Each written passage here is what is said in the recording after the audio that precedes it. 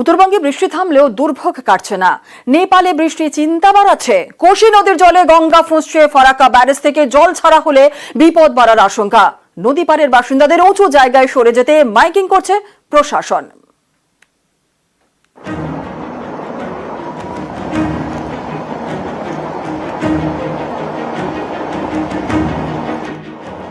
গত কয়েকদিন উত্তরবঙ্গে নাগাড়ে বৃষ্টি, এতে কোথাও ধস, কোথাও রাস্তায় জল।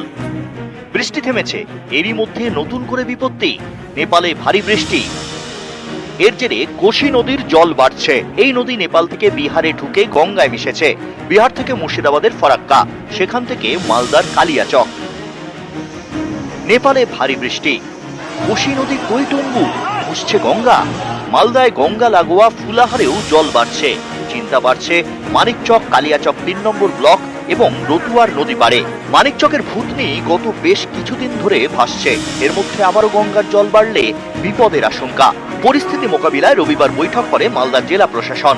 তারপর গঙ্গার পাড়ে শুরু হয় মাইকিং। গঙ্গা নদীর জলস্তর বাড়ার সম্ভাবনা রয়েছে।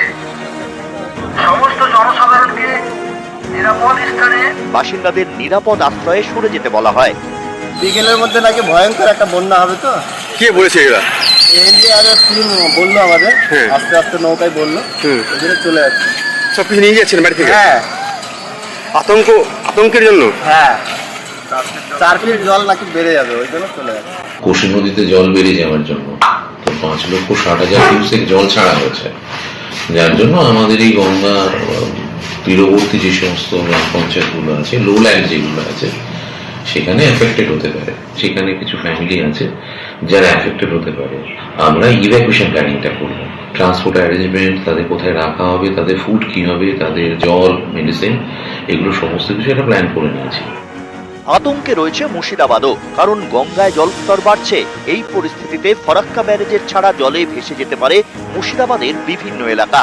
শামসেরগঞ্জ, সুতি, লালগোলায় ইতিমধ্যেই মাইকিং শুরু করে দিয়েছে পুলিশ। নদীর তীরবর্তী এলাকায় যারা বসবাস করছেন তারা নিরাপদ আশ্রয় গ্রহণ করুন। তারা নিকটবর্তী দূরত্বে আশ্রয় গ্রহণ করুন।